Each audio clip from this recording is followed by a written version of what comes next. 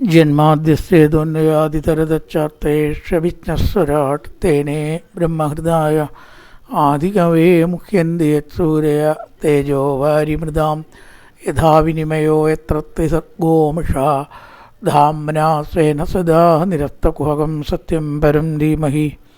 നമസ്കാരം. സനാതന ധർമ്മസംഹിതകളിലെ വിജ്ഞാനശകലങ്ങൾ പങ്കുവെച്ചുകൊണ്ടിരിക്കുന്ന നാദശ്രീ ചാനലിലെ മറ്റൊരു ഭാഗത്തിലേക്ക് എല്ലാവർക്കും സ്വാഗതം. പ്രിയരെ, ചാനൽ സബ്സ്ക്രൈബ് ചെയ്യാനും ലൈക്ക് ചെയ്യാനും ഓർമ്മപ്പെടുത്തിക്കൊള്ളുന്നു. അതിലൊക്കെയാണ് ചാനലിൻ്റെ നിലനിൽപ്പ് എന്ന് പ്രത്യേകം എല്ലാവരും ഓർക്കുമല്ലോ. സഹകരിച്ചവർക്കെല്ലാം നന്ദി രേഖപ്പെടുത്തിക്കൊള്ളുന്നു. ശ്രീമദ് ഭാഗവതത്തിൽ തൃതീയ സ്കന്ധത്തിൽ ഹിരണ്യാക്ഷവധം 6 അധ്യായമാണ്. 14, 15, 16, 17, 18, 19. അതിലത്തെ 18 അധ്യായം വരേക്ക് നമ്മൾ പറഞ്ഞു. 19-ാമത്തെ, അതായത് അവസാനത്തെ അധ്യായമാണ് ഇനി. ഗംഭീരമായിട്ടുള്ള ഗദായുദ്ധം ഉണ്ടായി. ശമ്പട്കരി ആയിരിക്കുന്ന സന്ധ്യ ഉപദ്രവകാരിയാണ് പൊതുവെ എന്നാണ്. ആ നെഗറ്റീവ്സ് നമ്മളെ ബാധിക്കാതിരിക്കാനാണ് സന്ധ്യാനാമജപം നമ്മൾ ശീലമാക്കി വെച്ചിരിക്കുന്നത്.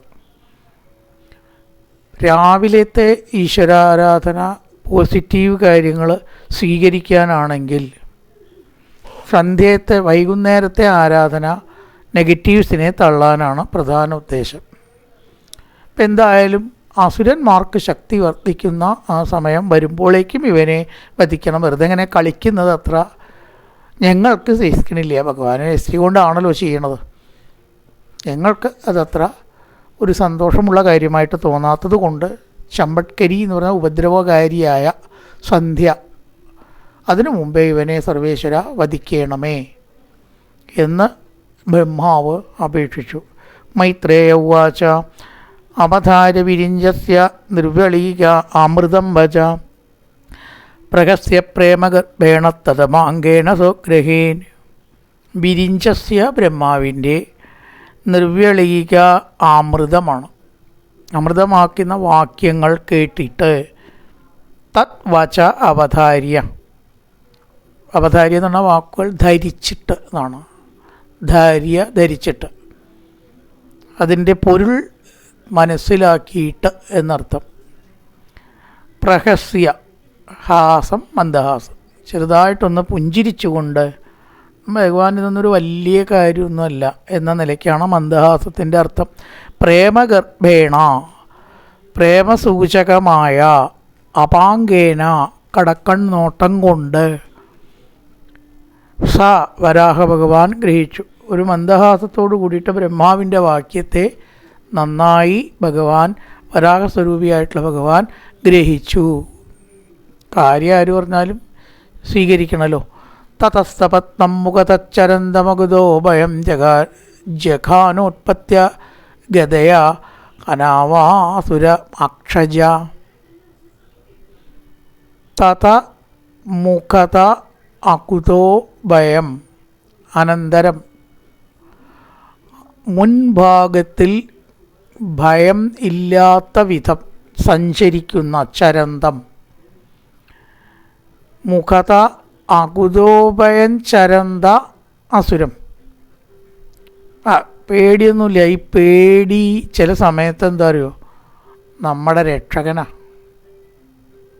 പേടിയില്ല പോയി പാമ്പിനെ പോയി പിടിച്ചാൽ എന്താ ഉണ്ടാവുക? അപ്പം ആ പേടിയാണ് നമ്മളെ സത്യത്തിൽ ചില കാര്യത്തിൽ രക്ഷിക്കണത്. അനാവശ്യ ഭയം വേണ്ടാന്നർത്ഥമേ ഉള്ളൂ. അനാവശ്യ ഭയം കൊണ്ട് കാര്യമൊന്നുമില്ല. ചെയ്യേണ്ടത് ചെയ്യുക എന്നല്ലാതെ പേടിച്ചു എന്നുള്ളതുകൊണ്ട് കാര്യമില്ല നമ്മൾ പറയാറുണ്ടെങ്കിലും ഈ ഭയമാണ് ഒരു പരിധിവരെ നമ്മളെ രക്ഷിക്കണത് എന്നൊരു വേർഷൻ ഉണ്ട്. നായുണ്ട് കേട്ടോ, സൂക്ഷിച്ച് പൊക്കോളൂ. ആ ഭയം നല്ലതാണ്.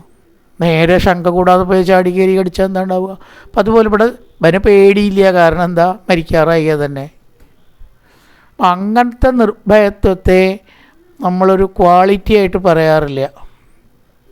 അങ്ങനത്തെ നിർഭയത്വത്തെ ഒരു ക്വാളിറ്റി ആയിട്ട് പറയാറില്ല. അത് അന്തല്യായ എന്നാണ് പറയുക.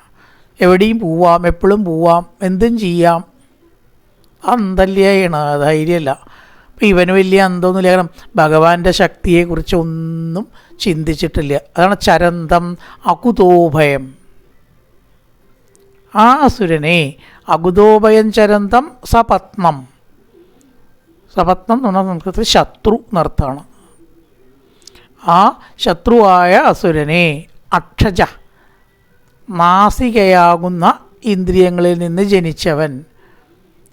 അവിടെയാണ് ഈ അക്ഷജ എന്ന് പറഞ്ഞ അർത്ഥം വരാഹരൂപിക്ക് വന്നത്. ഇന്ദ്രിയം എന്നർത്ഥമേ ഉള്ളൂ, കണ്ണ് എന്നർത്ഥമുണ്ട് അക്ഷത്തിന്. ഏതിന്ദ്രിയം? മൂക്കിൽ നിന്നാണ് ഭഗവാൻ ജനിച്ചത്, ബ്രഹ്മാവിൻ്റെ. ഇവിടെ അത് മൂക്കിൽ നിന്നായിന്നേ ഉള്ളൂ. അക്ഷജ എന്നുള്ളതിന് മൂക്കെന്നർത്ഥമില്ല. ഇന്ദ്രിയങ്ങളിൽ നിന്ന് ജനിച്ചവൻ എന്നാണ് അർത്ഥം. ഉത്പത്യം ചാടിയിട്ട്, ഹനൗ കവിൾത്തടത്ത് ഗതയ ജഖാന അടിച്ചു. ചേക്കിട്ടത്ത് നോക്കിയിട്ട് രണ്ടാണ് കൊടുത്തു എന്ന് പറയില്ലേ നമ്മൾ, അതന്നെ ഉണ്ടായത്.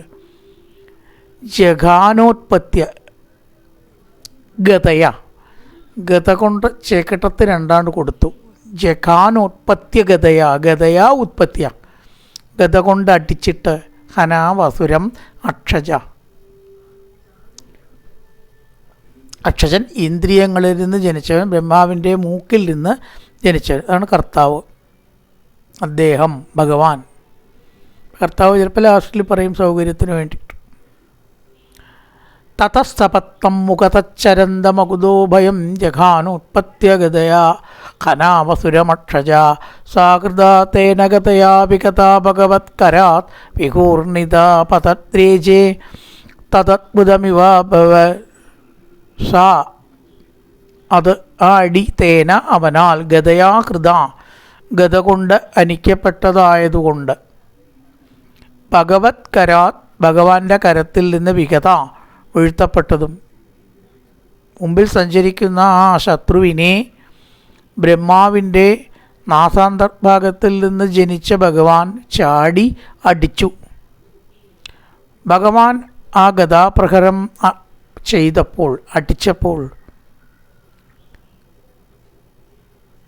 ഭഗവാന്റെ കയ്യിൽ നിന്ന് ആ ഗദ ഒന്നാണ്ട് വട്ടത്തിൽ ചുറ്റിത്തിരിഞ്ഞ് വീണു. അടിക്കുമ്പോൾ കയ്യിൽ നിന്നാണ്ട് വഴുതിപ്പോയി തൽക്കാലം.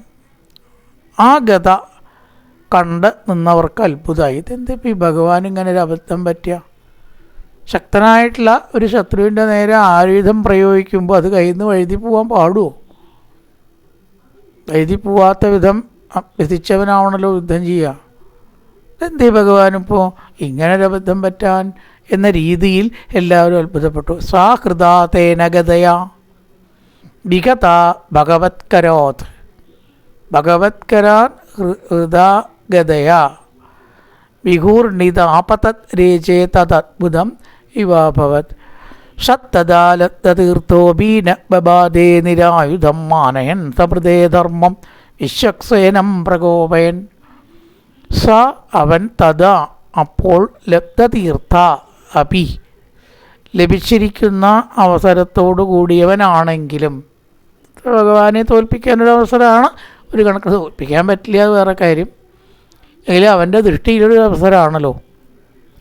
മൃതേ യുദ്ധത്തിൽ ധർമ്മത്തെ മാനിക്കുന്നവനായിട്ട്. ഹിരണ്യാക്ഷൻ ഒരു ലേശമൊക്കെ ധർമ്മബോധം ഉണ്ട്, അതുണ്ടാവേണ്ടിക്കില്ല. കാരണം പൂർവ്വജന്മത്തിലെ വൈകുണ്ഠത്തിലത്തെ കാവൽക്കാരായിരുന്നു. ശാപം കൊണ്ട് അസുരനായതുകൊണ്ട് ലേശൊരു ധർമ്മബോധം. പുരാണത്തിലത്തെ കഥാപാത്രങ്ങൾക്ക് എല്ലാവരിലും നല്ലതും ഉണ്ടാവും ചീത്തയും ഉണ്ടാവും. ഒക്കെ ചീത്തയായിട്ടോ ഒക്കെ നല്ലതായിട്ടോ ഒരു കഥാപാത്രവും ഇല്ല എന്നാണ്. ദുര്യോധനടക്കം അഷ്ടൈശ്വര്യസിദ്ധി ഉണ്ടായിരുന്നു എന്നാണ്. അവിടെയാണ് രാജസൂയത്തിൽ കലവറയുടെ പോസ്റ്റ് അല്ലെങ്കിൽ ചുമതല ദുര്യോധനന് കൊടുത്തത്. നമ്മൾ പ്രതിപക്ഷ നേതാവിന് മന്ത്രിപദം കൊടുക്കലുണ്ട്, മന്ത്രിസ്ഥാനം കൊടുക്കലില്ല. ഉണ്ടോ? അതിന്ന് നമ്മളായിട്ടില്ല. കട്ടിച്ച് കാറും ബംഗ്ലാവും പദവും കൊടുക്കുന്നുണ്ട്. പക്ഷേ പണ്ടങ്ങനെയല്ല. പ്രതിപക്ഷത്തിൻ്റെ കഴിവ് നോക്കി അവന് കുറേയും കൂടി സ്ഥാനം കൊടുത്തിരുന്നു, പേരിനല്ല. കർണന് ദാനത്തിൻ്റെ ചുമതല കൊടുത്തു. ധർമ്മപുത്രർ ശത്രുവാണ്, ശത്രുപക്ഷത്തുണ്ടായിരുന്നവനാണ്. പക്ഷെ ദാനത്തിൽ കർണനെ കഴിച്ചു വയ്ക്കാൻ ആരും ഇല്ല. അപ്പം എന്നാൽ ആ ചുമതല നന്നായിക്കോട്ടെ, കൊടുത്തത് മതിയായില്ല എന്ന് വരരുത്, വരാൻ പാടില്ല എപ്പോഴും. ഇതിപ്പോൾ യജ്ഞമൊക്കെ വളരെ ഗംഭീരമാക്കി നടത്തും. ആചാര്യനെ ദക്ഷിണ കൊടുക്കണോടത്താണ് പിശുക്ക് മുഴുവനെ. ഇത്ര ദിക്കിൽ കാണാറുണ്ടറിയോ? ലക്ഷക്കണക്കിന് ഉറുപ്പ്യ അമ്പലത്തെ നിലനിർത്താൻ അവർ ചിലവാക്കും ഇല്ലേ? അല്ലാണ്ട് അമ്പലം നടക്കുമോ? പക്ഷെ ആചാര്യന് കൊടുക്കുമ്പോൾ പറയും ഇവിടെ വലിയ കഷ്ടത്തിലാണ് കേട്ടോ. അങ്ങനെ പറയരുത്. അങ്ങനെ പറയുന്നത് കൊണ്ട് ആ യജ്ഞത്തിന് ഫലമില്ലാണ്ടാവും. ആര്യൻ സൂചിപ്പിച്ചതായിട്ടുള്ള സംഖ്യ ഒരുവിധ ന്യായമാണെങ്കിൽ കൊടുക്കണം. ഇവിടെ അത് വിഷയമല്ല, പറഞ്ഞു എന്ന് മാത്രം. അപ്പം എന്തായാലും എന്തേ ഇപ്പം ഇത് പറയാൻ കാരണം, വിശ്വക്സേനം പ്രകോപയൻ, ആ വിശ്വക്സേനനെ പ്രകോപിപ്പിച്ചിട്ട് ധർമ്മത്തിൻ്റെ കാര്യം പറഞ്ഞതാണ്. ധർമ്മം വിശ്വക്സേനം പ്രകോപയൻ. കുറച്ചൊരു ധർമ്മബോധം ഉള്ളത് കൊണ്ട്, ധർമ്മബോധം എല്ലാവർക്കും ഉണ്ടാവും എന്ന് പറഞ്ഞു എന്നതാണല്ലോ പുരാണത്തിലെ കഥ. കർണനും അങ്ങനെ ധ്യാനത്തിൻ്റെ കാര്യം എന്ന് പറഞ്ഞു. ഇപ്പം ഇവിടെ ഹിരണ്യാക്ഷൻ്റെ ധർമ്മബോധം ഒന്നങ്ങനെ ഗത കയ്യിൽ നിന്ന് പോയത് കൊണ്ട് ഒന്നും ചെയ്തില്ല. ആയുധമില്ലാത്ത ശത്രു, തോൽവി സമ്മതിച്ച ശത്രു, ദുർബലനായ ശത്രു, പേടിച്ച് ഭയപ്പെട്ട ശത്രു, ഇവരെ വധിക്കുകയോ ആക്രമിക്കുകയോ അരുത് എന്ന് നിയമമുണ്ട്. കീഴടങ്ങിയ പിന്നെ ശവത്തിൽ എന്തിനാ കുത്തണം? ഒക്കെ യുദ്ധത്തിൽ, ധർമ്മയുദ്ധത്തിലത്തെ നിയമമാണ്. അതുകൊണ്ട് ഹിരണ്യാക്ഷൻ ഗത കയ്യിൽ നിന്ന് പോയ ഭഗവാനെ ഒന്നങ്ങനെ ആക്രമിച്ചില്ല. ഗതായാം അപവിദ്ധായാം ഹാഹാകാരേ വിനിർഗതേ മാനയാമാസത ധർമ്മം സുനാഭം ച അസ്മരത് വിഭൂ. ഭഗവാനുണ്ടോ പരാജയം? ഗതായാം അപവിദ്ധായാം, ഗത കയ്യിൽ നിന്ന് പോയിരിക്കേ അപവിദ്യ നഷ്ടപ്പെടുക. എല്ലാവരും ഹാ ഹാ അയ്യോ വല്ലാത്തൊരു അത്ഭുതം. ഈ പരാജയമായാലും തൻ്റെ കൂട്ടർ പരാജയപ്പെട്ടാലും യുദ്ധത്തിൽ ഈ പ്രതികരണങ്ങളും റിയാക്ഷൻസും ഉണ്ടാവും. യുദ്ധത്തിൻ്റെ ഒരു സ്പിരിറ്റ് തന്നെ അത് സ്പോർട്സ്മാൻ സ്പിരിറ്റിലും ഉണ്ടാവും ഇല്ലേ? ജയിച്ചാൽ ഒരു കാഹളം ശബ്ദം ഉണ്ടാക്കുക, തോറ്റാൽ അല്ലാത്ത ശബ്ദം ഉണ്ടാക്കുക. ഇപ്പം ഇവിടെ എല്ലാവരും ബ്രഹ്മാദി ദേവന്മാർ ഹാ ഹാ ഭഗവാന്റെ കയ്യിൽ നിന്ന് ഗത പോയല്ലോ, ഈശ്വര ഇതെന്തൊരു കഷ്ടമാണോ എന്ന് കരഞ്ഞു, ദുഃഖിച്ചു. വിനിർഗതേ പുറപ്പെട്ടപ്പോൾ വിഭു, സർവാത്മാവായിട്ടുള്ള ഭഗവാൻ, സർവശക്തനായിട്ടുള്ള ഭഗവാൻ കല്ലേ ഭ്രമക്കൊള്ളൂ. ഭഗവാൻ വരാഹമൂർത്തി എന്ത് ചെയ്തു? തദ്ധർമ്മം, അവൻ്റെ ധർമ്മത്തെ മാനിച്ചു. ഉണ്ടോ? ഭഗവാൻ എവിടെയായാലും ധർമ്മത്തെ മാനിക്കും. ആയുധം കയ്യിലില്ലാത്ത ശത്രുവിനെ ആക്രമിക്കരുത് എന്ന ഹിരണ്യാക്ഷൻ്റെ ധർമ്മബോധത്തെ അഭിനന്ദിച്ചു മനസ്സ. എന്നിട്ട് എന്ത് ചെയ്തു? സുദർശന ചക്രത്തെ സ്മരിച്ചു. സ്മരിച്ച അവിടെ വരുന്നത് സുനാഭം ചക്രത്തെ, സുനാഭം സുദർശന ചക്രം. ആ ചക്രത്തെ അസ്മരത്, മനസ്സിൽ സ്മരിച്ചു, ചക്രവഴിണ്ട് വന്നു. ഗതായാം അപവിദ്ധായാം, അപവിദ്ധായാം ഗതായാം, നഷ്ടപ്പെട്ട ഗതയെ ഓർത്ത് എല്ലാവരും പരിതപിച്ചു. ഹാ ഹാ കാരേ, അയ്യോ അയ്യോ ഇപ്രകാരം വല്ലാത്തൊരു കഷ്ടമായില്ലോ എന്നൊക്കെ പറഞ്ഞു. വിനിർഗതേ വിഭു തദ്ധർമ്മം മാനയാമാസ. ഹിരണ്യാക്ഷൻ്റെ ആ ധർമ്മത്തെ വിഭുവായിട്ടുള്ള ഭഗവാൻ അംഗീകരിച്ചു. പിന്നെ എന്ത് ചെയ്തു? സുനാഭം അസ്മരത്, ചക്രത്തെ സ്മരിച്ചു. തം വിഗ്രചക്രം ദിതിപുത്രാധമേന സ്വപാർഷദമുഖ്യേന വിഷജ്യമാനം ചിത്ര വാചോ തദ്വിധാം കേചരാണാം തത്രസ്മാസൻ സ്വസ്ഥിതേ മുഞ്ജഹീതി. വ്യഗ്രചക്രം, വ്യാകുലപ്പെടുന്ന ചക്രത്തോടു കൂടിയവനും. ചക്രത്തെ കണ്ടപ്പോൾ ഒരു ചെറിയ പരിഭ്രമമില്ലാണ്ടില്ല. ഒരുപാട് ദുഷ്ടന്മാരുടെ തലയറുത്ത ചക്രാണത്, ചില്ലറ സംഭവമല്ല. ദിതിപുത്രാധമേന, ദിതിയുടെ പുത്രനായിട്ടുള്ള അസുരനാൽ, സ്വപാർഷദ മുഖ്യേന, തൻ്റെ പാർഷദശ്രേഷ്ഠനോട് കൂടിയ വിഷജ്യമാനം വിശേഷണ സംസർഗം ചെയ്തുകൊണ്ടിരിക്കുന്നവനും ആയ ഭഗവാനോട് സുദർശനചക്രം വധിക്കാൻ വേണ്ടിയിട്ടാണ് എന്ന് ആസുരന് മനസ്സിലായി. അപ്പം ആജ്ഞ സിദ്ധിക്കാൻ വേണ്ടിയിട്ട് സുദർശനചക്രത്തിന് ഭഗവാൻ ആജ്ഞ കൊടുക്കണം, എന്നാലേ ചെയ്യുള്ളൂ. ഒക്കെ ഭഗവാന്റെ ഓർഡർ വേണം, കണ്ട് ചെയ്യാൻ പറ്റില്ല. അപ്പം അതിനാൽ ഒന്നങ്ങനെ സുദർശനം ശങ്കിച്ചു. ഫയർ എന്ന് പറഞ്ഞാലല്ലേ ഫയർ ചെയ്യാൻ പറ്റൂ, അതിനു വേണ്ടി കാത്തു നിന്നു.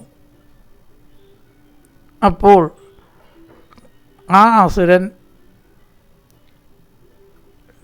തൻ്റെ ഭക്തമുഖ്യനായതുകൊണ്ട് വാത്സല്യം കൊണ്ട് എന്ത് ചെയ്തു? ഭഗവാൻ യുദ്ധകേളി കുറച്ച് ചെയ്തു. ദർശനത്തിന് പെട്ടെന്ന് ഓർഡർ കൊടുത്തില്ല എന്നർത്ഥം. അതുകൊണ്ട് ചക്രം വ്യഗ്രമായി. എന്താ എന്നോടൊന്നും പറയാത്ത വിളിച്ചിട്ട് എന്ന ഭാവേണ വ്യഗ്രചക്രം. എന്ത് ചക്രം? വ്യഗ്രചക്രം, വ്യാകുലപ്പെട്ട ചക്രം എന്നർത്ഥം. എന്തുകൊണ്ടാണ് വ്യാകുലത? ഓർഡർ കൊടുക്കാത്തതുകൊണ്ട്. വധിക്കാൻ പറയൂ ഭഗവാൻ, ഇപ്പം കഥ കഴിച്ചു തരാം. ധിധിയായി ഈ ചക്രത്തിന്. ചക്രം എന്നൊക്കെ പറഞ്ഞാൽ ഒരു വ്യക്തിയെ പോലെയാണ്. ചക്രം, സുദർശന, പാഞ്ചജന്യം അവരെയൊക്കെ നമ്മൾ നമസ്കരിക്കാറുണ്ട്. പഞ്ചായുധങ്ങളെ നമസ്കരിക്കുക വിഷ്ണു ഭക്തന്മാർ. എന്തായാലും വ്യഗ്രചക്രം തിഥിപുത്രാധമേന സ്വമാക്ഷതമുഖേന ഷജ്യമാനം. ചക്രത്തോടു കൂടിയവനും ആസുരനായ തൻ്റെ പാഠത്തിനോട് കൂടിയവനും, തൻ്റെ ഭക്തൻ തന്നെയാണല്ലോ ഒരു തരത്തിൽ, സംസർഗം ചെയ്തുകൊണ്ടിരിക്കുന്നവനും ആയ ഭഗവാനോട് അപ്പോൾ കുറച്ച് യുദ്ധം ഉണ്ടായി.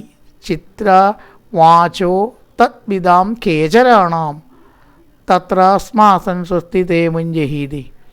ഇവനെ ഹനിച്ചാലും പ്രകാരം ബ്രഹ്മാദിദേവന്മാർ പറഞ്ഞു. തത്രാസ്മാസൻ സ്വസ്തി തേമുഞ്ജഹീതി. ഭഗവാനെ അങ്ങേക്ക് മംഗളം ഭവിക്കട്ടെ. നമ്മുടെയൊക്കെ ഒരു വിഡ്ഢിത്താണ്. ഭഗവാന് മംഗളം ഭവിക്കട്ടെ എന്ന് നമ്മൾ പറയണോ? നമ്മളൊക്കെ ഈ സുപ്രഭാതം വെക്കലുണ്ട് രാവിലെ അല്ലേ? ശരിക്ക് ആ പ്രയോഗം ശരിയല്ല എന്നാണ്. ഭഗവാനെ അങ്ങേക്ക് സുപ്രഭാതം നമ്മൾ കൊടുത്തിട്ട് വേണ്ടേ ഭഗവാന് സുപ്രഭാതം ഭഗവാന് പ്രഭാതം നന്നാവാൻ? ശരിക്ക് എന്താ പറയേണ്ടത്? എൻ്റെ സുപ്രഭാതം നന്നാക്കി തരണമേ, അത്രേ പറയേണ്ടത്. ഈ സുപ്രഭാതം അത്ര ഭംഗിയുള്ള ഒരു പ്രയോഗമല്ല. എല്ലാവരും സുപ്രഭാതം, കാമാക്ഷി സുപ്രഭാതം, ഗുരുവായൂർ സുപ്രഭാതം, വെങ്കിടേശ സുപ്രഭാതം. തവ സുപ്രഭാതം എന്ന് പറയേണ്ടതിന് പകരം കുരു സുപ്രഭാതം എന്നാണ് വേണ്ടത്. എനിക്ക് സുപ്രഭാതത്തെ നന്നാക്കി തരണമേ. ഭഗവാനോട് എപ്പോഴും നമ്മൾ പ്രാർത്ഥിക്കുകയല്ലേ ചെയ്യുക. ഗുഡ് മോർണിംഗ്, നല്ല മോർണിംഗ് ഭഗവാന് നമ്മൾ ആശംസിച്ചിട്ടേ വേണ്ട. അത് നമ്മളെ താഴെയുള്ളവരോടും നമ്മളെ തുല്യത ഉള്ളവരോടും പറയുക ഗുഡ് മോർണിംഗ്. ഭഗവാനോട് ഗുഡ് മോർണിംഗ് എന്നാണോ പറയുക? പ്രഭാതം എന്ന് പറഞ്ഞാൽ ഗുഡ് മോർണിംഗ് ആണ് ഇംഗ്ലീഷിലേക്ക് ആക്കിയ. ഇപ്പം ഇവിടെ ഏതായാലും അങ്ങേക്ക് മംഗളം ഭവിക്കട്ടെ. ആ തെറ്റ് ബ്രഹ്മാവും ചെയ്തു. ഭഗവാന് നമ്മുടെ മംഗളാശംസ എന്നും ആവശ്യമില്ല. സതം നിശാമ്യാത്തരഥാംഗമാഗ്രതോ വ്യവസ്ഥിതം പത്മപലാശലോചനം വിലോക്യ ചമർഷപരിപ്ലതേന്ദ്രിയോരുഷാ സദന്തച്ഛത് ആദശശ്വസൻ. ശ്വസന് ചേരുമ്പോഴാണ് ശ്വസനാവണത്. ദശത് പ്ലസ് ശ്വസൻ, ദശശ്വസൻ. കൂവാക്കൂട്ടുണ്ട് ശ്വസൻ, ശ്വസനല്ല ശ്വസൻ. ആത്ത രഥാംഗം, രഥാംഗം ചക്രം. രഥാംഗപാണി രക്ഷോഭ്യ സർവപ്രകരണായുധ. രഥാംഗപാണി ചക്രം കയ്യിൽ പിടിച്ചവൻ. ചക്രപാണി എന്നുള്ളത് വേറൊരു വേർഷനാണ് രഥാംഗപാണി. ആ പേരിടലൊന്നുമില്ല. രഥാംഗപാണി എന്താ പേര്? രഥാംഗപാണി. ചക്രപാണി നമ്മൾ ചിലപ്പോൾ കേട്ടിട്ടുണ്ടല്ലേ പേര്? ചക്രം കയ്യിലുള്ളവൻ വിഷ്ണു എന്നുള്ള അർത്ഥത്തിലാണ്. പത്മപലാശലോചനം, താമരക്കണ്ണൻ എന്ന് പറയാം. അഗ്രത വ്യവസ്ഥിത തം നിശാമ്യ, മുമ്പിൽ നിൽക്കുന്ന അവനെ കണ്ടിട്ട്. നിശാമ്യ എന്ന് പറഞ്ഞാൽ കണ്ടിട്ട്, നിശമ്യ എന്ന് പറഞ്ഞാൽ കേട്ടിട്ട്. ഒരു ദീർഘത്തിൻ്റെ വ്യത്യാസമേ ഉള്ളൂ. നിശമ്യ കേട്ടിട്ട്, നിശാമ്യ കണ്ടിട്ട്. നിശാമ്യ ദീർഘട്ടാൽ കാണലായി, ദീർഘമില്ലെങ്കിൽ കേട്ടിട്ടായി. നിശാമ്യ കണ്ടിട്ട്. പത്മപലാശലോചനം വിലോക്യ, സുന്ദരനായിട്ടുള്ള സുമുഖനായിട്ടുള്ള പുഞ്ചിരിയോട് കൂടിയിട്ടുള്ള ഭഗവാനെ കണ്ടിട്ട്. വിലോക്യ, നിശാമ്യ എന്ന് പറഞ്ഞാൽ തന്നെയാണ് വിലോക്യ, രണ്ടും ഏകദേശം ഒന്ന് തന്നെ വരിക. അമർഷ പരിപ്ലുതേന്ദ്രിയോ, ദേഷ്യം വന്നു. ഒട്ടുങ്ങാത്ത ക്രോധത്തോടുകൂടി ഋഷാസതന്തച്ചതം ആദശച്ചതൻ ശ്വസൻ, ദീർഘശ്വാസം വിട്ടുകൊണ്ട് അവൻ പല്ല് കടിച്ചു. അതിക്രോധത്തോടു കൂടിയായിട്ടുള്ള അമർഷപരിപ്ലുതേന്ദ്രിയ കട്ടിച്ചു. അടുനിമിത്തം ദീർഘശ്വാസങ്ങൾ അടക്കി പുറപ്പെട്ടു. ചുണ്ട് കടിക്കുക. ഭഗവാന്റെ നേത്രത്തെ നല്ലവണ്ണം നോക്കിയപ്പോൾ ദേഷ്യം വന്നു അസുരന്. കരാളദം ചക്ഷുഭ്യാം തം ചക്ഷാണോദകന്യവ അഭിപ്ലുത്യഗതയാ കഥോസീത്യാഹന ഹരി. കരാളദംഷ്ട്ര, ഭയങ്കരങ്ങളായ ദംഷ്ട്രങ്ങളോട് കൂടിയവനും, ദഹനിവ ചക്ഷുഭ്യാം സംചക്ഷമാണ്, ദഹിപ്പിക്കുന്ന വിധത്തിൽ കണ്ണുകൊണ്ട് നോക്കുന്നവനും. ചക്ഷുഭ്യാം കണ്ണുകൊണ്ട്, ഭ്യാം എന്ന് പറഞ്ഞാൽ കൊണ്ട് എന്നുള്ള വിഭക്തിയാണ് വരിക. ചക്ഷുഭ്യാം സംചക്ഷാണ് നോക്കുന്നവനും. അഭിപ്ലുത്യ ചാടിയിട്ട്, രാമായണത്തിൽ ഉൾപ്ലുത്യ പിന്നെയും ഉൾപ്ലുത്യ, ഹനുമാൻ ലങ്കയിലേക്ക് ചാടിയതൊക്കെ ഇങ്ങനെ വർണ്ണിച്ചിട്ടുണ്ട്. ഈ ഉൾപ്ലുത്യ എന്നൊക്കെ അഭിപ്ലുത്യ എന്നുള്ളതിൻ്റെ വേറൊരു വേർഷനാണ്. സംസ്കൃതമാണ് ശരിക്കും ഈ ഉൾപ്ലുത്യ. അഭിപ്ലുത്യ ചാടിയിട്ട്. ഹതാസി, നീ ചത്തുട എന്ന് പറഞ്ഞു. ചത്തിട്ടൊന്നുമില്ല, പാസ്റ്റ് ടെൻസ് ചിലപ്പോൾ ഉപയോഗിക്കും ഇല്ലേ. ഇതാ വന്നു എന്ന് പറയും. ഒരാളിങ്ങനെ വിളിച്ചുകൊണ്ടിരിക്കും, ഇതാ വന്നു എന്ന് പറഞ്ഞാൽ വന്നിട്ടുണ്ടോ? ഇതാ വേഗം വന്നു എന്നർത്ഥം. മീഡിയേറ്റ് ഫ്യൂച്ചർ ടെൻസിൽ പാസ്റ്റ് ടെൻസ് ഉപയോഗിക്കും. മീഡിയേറ്റ് ഫ്യൂച്ചർ ടെൻസ്, ഇതാ വന്നു, എന്നെ ഞാൻ കൊന്നു. ത്വം ഹതോസി, തൻ്റെ ഗത കൊണ്ട് അട്ടിച്ചു. നീ ചത്തുട എന്ന് പറഞ്ഞ് ഗത കൊണ്ട് അടിച്ചു. കരാളദം ട്രച്ചുഭ്യാന്തം ചക്ഷാണോ ദഹന്യവ, ദഹിപ്പിക്കുന്ന വിധം ദേഷ്യപ്പെട്ട. അഭിപ്ലുത്യസ്വഗതയാ, ഗത കൊണ്ടടിച്ച്. ഹതോസി, ദാ മരിച്ചു നീയെ എന്നങ്ങനെ പറഞ്ഞു. പദാസവ്യേന താം സാധോ ഭഗവാൻ യജ്ഞസൂകര ലീലയാമിഷതശ്ചത്രോ പ്രാഹരതരം ഹസം.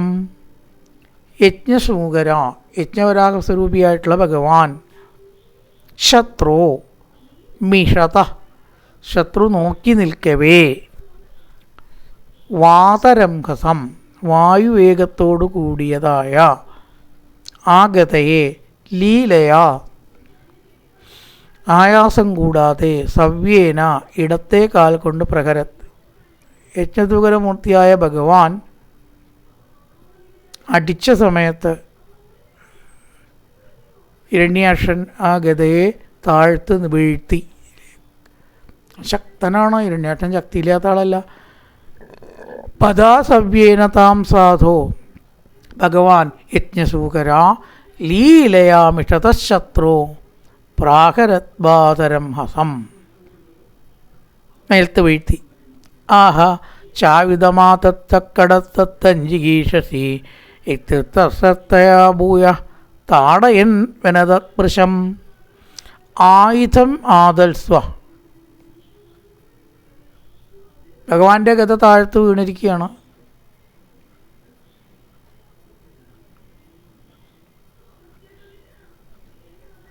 അതിവേഗത്തിൽ സമീപിക്കേണ്ട പാഞ്ഞ ശേഷം അതിവേഗത്തിൽ സമീപത്തേക്ക് പാഞ്ഞു വന്ന ശേഷം ഇതാ നീ അതനായി എന്ന് ഗത കൊണ്ട് ശ്രീഹരിയെ അടിച്ചു. ഹരിയെയാണ് അടിച്ചത്, അക്ഷരൻ ഇങ്ങോട്ടാണ് അടിച്ചത്. എന്നിട്ട് പറഞ്ഞു, എൻ്റെ ഗത ആദ്യം താഴ്ത്ത് വീണത് എടുക്കൂ ഭഗവാനെ. ആണ് ധർമ്മബോധം. ഗത കയ്യിൽ നിന്ന് പോയിരിക്കുകയാണല്ലോ, അതെടുത്തോ. ആഹാ പറഞ്ഞു. ച ആയുധമാതക്കടത്തഞ്ചിഗീഷതി. ഇംഗ്ലീഷിലാണ് ഈ സെഡ് എന്ന് ആദ്യം പറയുക അല്ലേ. ഹീ സെഡ്, എന്ന് പറഞ്ഞിട്ടാണ് പറഞ്ഞത്. പിന്നെ എന്താ വെച്ചാൽ അത് പറയുക. സംസ്കൃതത്തിൽ ആ ശൈലി ഇടയ്ക്ക് വരും. ആഹാ പറഞ്ഞു കോളൻ. എന്തേ പറഞ്ഞ? ആയുധമാദൽസ, ആയുധം എടുത്തോളൂ, ആയുധമില്ലാത്തനോട് ഞാൻ യുദ്ധം ചെയ്യില്ല. കടത്വത്തഞ്ചിഗീഷതി തിക്തം, കടത്വ യത്നിച്ചാലും, യുദ്ധത്തിൽ പ്രയത്നിച്ചാലും എനിക്ക് നിന്നോട് ജയിക്കണം എന്ന് ഹിരണ്യാക്ഷൻ വെല്ലുവിളിച്ചു. അല്ലയോ കപടരൂപിയായിട്ടുള്ള വിഷ്ണു, നിന്നെ എനിക്ക് ജയിക്കണം, നിന്നോട് എനിക്ക് ജയിക്കണം. ഇതി ഉക്ത, ഇപ്രകാരം പറയപ്പെട്ട, തയാ ഭൂയ, ആ ഗത കൊണ്ട് ഭൂയത്താടയൻ വീണ്ടും അടിച്ചു. വൃഷം ഏറ്റവും ഛർദ്ദിച്ചു. ഗത കൊണ്ടടിച്ചു. എൻ്റെ ഗത വേഗെടുക്ക് എന്ന് പറഞ്ഞു. ആഹാ ചായുധമാദസ, ആയുധെടുക്കടോ. അവജ്ഞയോട് കൂടിയിട്ട് പറയുമ്പോൾ അങ്ങനെയുണ്ടല്ലോ പറയുക. ചായുധമാദസ്വ കടത്തഞ്ചിഗീഷസി ഇക്തത്തയാ ഭൂയ താടയൻവനതൃശം. എന്നാലും ഒന്ന് കൊടുക്കുകയും ചെയ്തു. അവസരം പാഴാക്കണ്ടെന്ന് വിചാരിച്ചിട്ടേ. ശരിക്കും ധർമ്മമല്ല. ആയുധം പോയ ശത്രുവിനെ ഉപദ്രവിക്കരുത്, ആക്രമിക്കരുത് എന്നൊക്കെയാണ് ധർമ്മയുദ്ധ നിയമം. അത് ലംഘിച്ചു ഇവിടെ ചെറുതായിട്ടൊന്ന് കൊടുത്തു എന്നാണ് പറയണത്. താം സ ആപതതിം വീക്ഷ്യ ഭഗവാൻ സമവർത്തിത ജഗ്രാഹലീലയാ പ്രാപ്താം കരുന്മാനിവ പന്നകീം. ആ ഭഗവാൻ, സ ഭഗവാൻ, ആപതതീം നേരിട്ട് വന്നവനെ വീക്ഷ്യ നോക്കിക്കൊണ്ട്, സമവസ്ഥിത ഉറച്ചു നിന്നു, ഒരു പരിഭ്രമവും ഇളക്കവും ഇല്ലാതെ നിന്നു. പ്രാപ്താം ഗരുന്മാൻ, ഗരുഡൻ അടുത്ത് വന്ന പാമ്പിനെ പോലെ. പ്രാപ്താം ഗരുന്മാൻ പന്നകീം ഇവ, ഗരുഡനടുത്ത് വന്ന പാമ്പിനെ പോലെ. ലീലയാ ജഗ്രാഹ, പ്രയാസം കൂടാതെ ഇങ്ങോട്ട് പിടിച്ചൊരു പിടുത്തം. ഗരുഡൻ്റെ കയ്യിൽ ഇങ്ങോട്ട് പെട്ട പാമ്പിന് വല്ല രക്ഷയുണ്ടോ? അതുപോലെ ഒരൊറ്റ പിടുത്തം അങ്ങോട്ട് പിടിച്ചു. ജഗ്രാഹലീലയാ പ്രാപ്താം, പ്രാപ്താം തം ജഗ്രാഹ, അടുത്ത് വന്ന് അവനെ പിടിച്ചു. ഉപമയാണ് ഗരുന്മാനിവ പന്നകീം. ഗാംഭീര്യമാണ് ഈ ഗരുഡൻ പാമ്പിനെ പോലെ. ഗരുഡൻ എപ്പോഴും ഒരു ഗാംഭീര്യമാണ്. ഒരാളെ ഉപദ്രവിക്കില്ല, അത് അതിൻ്റെ പാട്ടിൽ കഴിഞ്ഞു കൂടുന്നേ ഉള്ളൂ. സപൗരുഷേ പ്രതികതേ കഥമാനോ മകാസുര നേച്ചദ്ഗതാം ദീയമാനാം ഹരിണാ വിഗതപ്രഭു പ്രഭ വിഗതപ്രഭ. സപൗരുഷേ, തൻ്റെ പരാക്രമം പ്രതിഹതേ, ഹനിക്കപ്പെട്ടിരിക്കുമ്പോൾ, പേട്ടിച്ചു എന്ന് കണ്ടപ്പോൾ ലേശം ഒന്നിങ്ങനെ പരാജയമാണല്ലോ. മഹാസുര, ഹതമാന മഹാസുര, ഹനിക്കപ്പെട്ട മാനത്തോടു കൂടിയാണ്. മാനം പോയില്ലേ, എന്തായാലും കൊണ്ട് പിടിക്കുക എന്ന് പറയുമ്പോൾ ലേശൊരു അപമാനം വന്ന പോലെയായി. വിഗതപ്രഭ, വിഗതപ്രഭ, പ്രകാശം തേജസ്സും നഷ്ടപ്പെട്ടൊരു എന്താ പറയുക, ചമ്മൽ എന്നൊക്കെ പറയും സാധാരണ രീതിയിൽ. ഒരു വിളറിച്ച, ശരാ കുടുങ്ങിയോ തോറ്റു അവനോട് എന്ന പരാജയബോധത്തോടു കൂടിയിട്ട് നിഷ്പ്രഭനായിട്ട് എന്ന് ചുരുക്കം. അസുരാധിപൻ വിഗതപ്രഭ, നിഷ്പ്രഭനായിട്ട്. ഹരിണ ദീയമാനാം, ഭഗവാനാൽ നൽകപ്പെട്ട ഗതയെ ഇച്ഛിച്ചില്ല. ഭഗവാൻ ഗത കൊടുത്തു, അത് സ്വീകരിച്ചില്ല. ശത്രുവിൻ്റെ ഔദാര്യം എനിക്ക് വേണ്ട എന്ന് പറഞ്ഞിട്ട് ഹരിയാൽ കൊടുക്കപ്പെട്ടതായ ഗതയെ സ്വീകരിച്ചില്ല. ഗരുഡൻ സർപ്പത്തെ എന്ന പോലെ ഒരൊറ്റ പിടുത്തം പിടിച്ചപ്പോൾ ഗത ഭഗവാന്റെ കയ്യിൽ പെട്ടു ആണല്ലോ. ഗത കൊണ്ടാണ് അടിച്ചത്, പിടിച്ചു. അപ്പോൾ തൽക്കാലം ഗത നഷ്ടപ്പെട്ടു. ആർക്ക്? അസുരന്.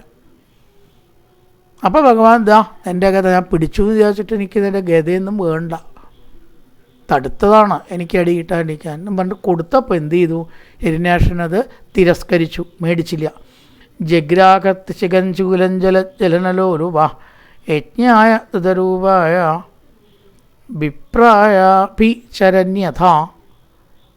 ജ്വലിക്കുന്ന അഗ്നിയെപ്പോലെയുള്ള ത്രിശൂലം, ശൂലത്തെ ധൃതരൂപായ യജ്ഞായ, രൂപം ധരിച്ചിരിക്കുന്ന ഭഗവാന്റെ നേർക്ക് കത്തിജ്വലിക്കുന്ന അഗ്നിയെപ്പോലെ ജ്വലിക്കുന്നതായ ആ ശൂലത്തെ എടുത്ത് അസുരൻ വരാഹമൂർത്തിയുടെ നേർക്ക് പ്രയോഗിച്ചു. ജഗ്രാഹ തിശികം ശൂലം, 3 മുനയുള്ള ശൂലം. തറച്ചാൽ പിന്നെ രക്ഷയില്ല. ശൂലം വളരെ പ്രധാനപ്പെട്ട ഒരു ആയുധമാണ്. പണ്ടത്തേക്ക് ആണ് ശൂലപാണി, ശൂലം കയ്യിലുള്ളവൻ. ജഗ്രാഹത്തിശിഖം, 3 മുനയുള്ള അത്യുഗ്രമായിട്ടുള്ള ശൂലത്തെ അസുരൻ, ശൂലമൊക്കെ കുറച്ച് താമസവും രാജസമൊക്കെ സാത്വികത്തിൽപ്പെട്ടതല്ല. ശംഖ്, ഗദ അതൊക്കെ സാത്വികത്തിൽപ്പെട്ട ആയുധത്തിലും ഉണ്ട് ഈ സാത്വിക. അപ്പം അതുകൊണ്ട് എന്ത്, വില്ലൊക്കെ കുറച്ച് സാത്വികമായിട്ടുള്ളതാണ് പറയുക. ശൂലം കുറച്ച് താമസവും രാജസമൊക്കെ. ജലജ്വലനലോലുപം, ജ്വലിക്കുന്ന ശൂലത്തെ കയ്യിലെടുത്തു. യജ്ഞായുധരൂപായ വിപ്രായ ആഭിചരൻ യഥാ, ആഭിചാരം ചെയ്യുന്നവൻ തന്നെ നശിക്കുന്നതല്ലാതെ ബ്രാഹ്മണന് നാശം ഉണ്ടാവില്ല എന്നാണ് പറയുക. ഈ ബ്രഹ്മ തേജസ് ഉള്ളവരിൽ ആഭിചാരം ഫലിക്കില്ല. ജാതിയല്ല കേട്ടോ. ഭൂരി സമുദായത്തിൽ ജനിച്ചവർക്കൊന്നും ഇവിടെ വിവക്ഷയില്ല. സഹസ്രനാമം ചൊല്ലുക, നാരായണ കവചം ചൊല്ലുക, ദേവീ മാഹാത്മ്യം വായിക്കുക ഒക്കെ തന്നെയാണ് ബ്രാഹ്മണ്യം. അവരിൽ ഒരു ആഭിചാരവും ഫലിക്കില്ല. ചിലർ പറയേണ്ട ശങ്കരാചാര്യർക്കടക്കം ആഭിചാരം പല കഥകളും കെട്ടിയുണ്ടാക്കിയതാണ്. പല കഥകളും വിശ്വസിക്കരുത്, അങ്ങനൊരു ചരിത്രം ഇല്ല എന്ന് പറയണു. അതേപോലെ മറ്റൊരു സ്ത്രീയിൽ സുഖം അറിയാൻ വേണ്ടിയിട്ട് മറ്റൊരു ശരീരത്തിൽ ആചാര്യൻ പരകായപ്രവേശം ചെയ്തു എന്ന് പറയണു. ശുദ്ധ അസംബന്ധമാണെന്നാണ് അറിവുള്ളവർ പറയണം. അങ്ങനെ സംഭവം ഉണ്ടായിട്ടില്ല. മരിക്കാൻ പോകുന്ന ആസന്ന മൃത്യു ആയിട്ടുള്ള ഒരാളുടെ ശരീരത്തിൽ കയറി അയാളുടെ പത്നിയെ ശങ്കരാചാര്യർ പ്രാപിക്കുക എന്ന് പറഞ്ഞാൽ ഇത്ര അസംബന്ധം വേറെ വല്ലതും ഉണ്ടോ? പോട്ടെ, അത് ഇപ്പോഴത്തെ വിഷയമല്ല. വല്ലാത്തത് പലതും പറഞ്ഞുണ്ടാക്കിയിട്ടുണ്ട്. അതുപോലെ ആഭിചാരമൊന്നും ബ്രഹ്മതേജസ് ഉള്ളവരിൽ ഫലിക്കില്ല. നല്ല കാര്യങ്ങൾ ചെയ്യുന്നവരെ ഈശ്വരൻ സമ്മതിക്കുമോ ഫലിക്കാൻ? അപ്പോൾ അതാണ് ഇവിടെ പറഞ്ഞത്. ബ്രാഹ്മണനിൽ എപ്രകാരം ബ്രഹ്മതേജസ് ഉള്ളവനിൽ ആഭിചാരം ഫലിക്കുന്നില്ലയോ, അതേപോലെ ഈശ്വരനിൽ പ്രയോഗിച്ചു. കായേന വാചാ മനസേന്ദ്രിയർവാ ബുദ്ധ്യാത്മനാവാ പ്രകൃതി സ്വഭാവാത് കരോതി യദ്യത് സകലം പരസ്മൈ നാരായണായേതി സമർപ്പയാമി.